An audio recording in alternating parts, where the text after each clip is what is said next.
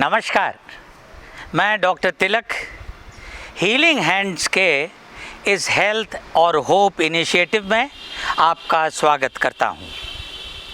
आज का ये अंक भारत के उन तमाम नौनिहालों को समर्पित है जो अवैज्ञानिक सोच और अंधेरों के चलते हमारी पहुंच से कहीं दूर निकल जाते हैं।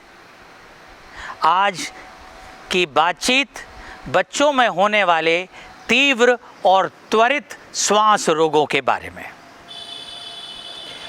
बच्चों में सांस संबंधी तकलीफ़ें सबसे कॉमन सामान्य समस्या है।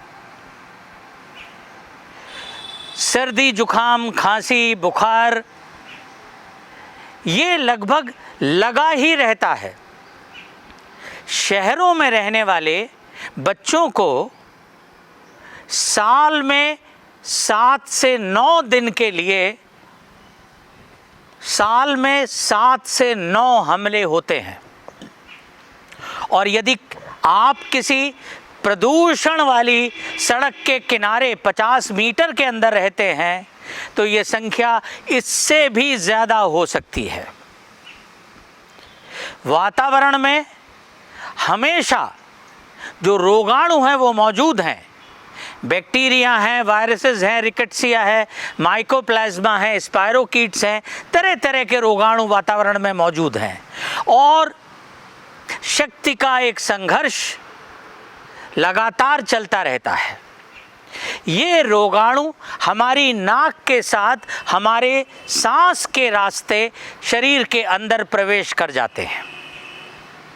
और जब रोगाणु नाक से प्रवेश करते हैं, हमारे शरीर की रक्षापंथी पहचान लेती है कि ये हमारा कुछ नुकसान करने जा रहे हैं और इनकी आमद रोकनी होगी।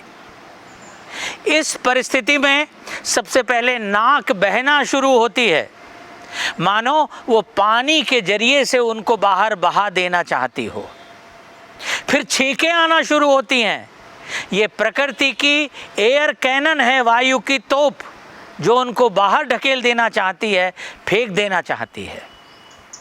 रोगाणु यदि फिर भी नहीं मानते और अंदर पहुंच जाते हैं तो हमारे गले में खराश पैदा होती है और खांसी आना शुरू होती है।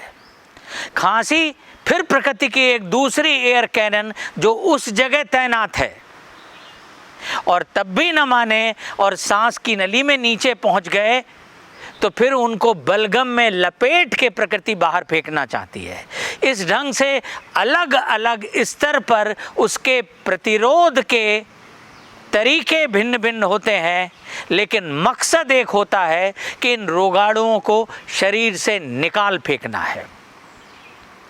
अधिकांश मामलों में केवल पर्याप्त आराम, पौष्टिक भोजन और साफ वातावरण में रहने से प्रकृति का प्रतिरोध इतना पर्याप्त होता है कि सारे मामले बिना किसी दवा के केवल घरेलू उपचार से ठीक किए जा सकते हैं।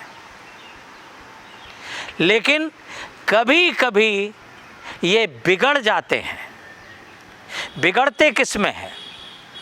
बिगड़ते उन लोगों में हैं जिनमें या तो उनका प्रतिरोध कमज़ोर होता है या उनके ऊपर होने वाला हमला बहुत तेज होता है, जिसको एक नॉर्मल प्रतिरोध भी संभाल नहीं पाता।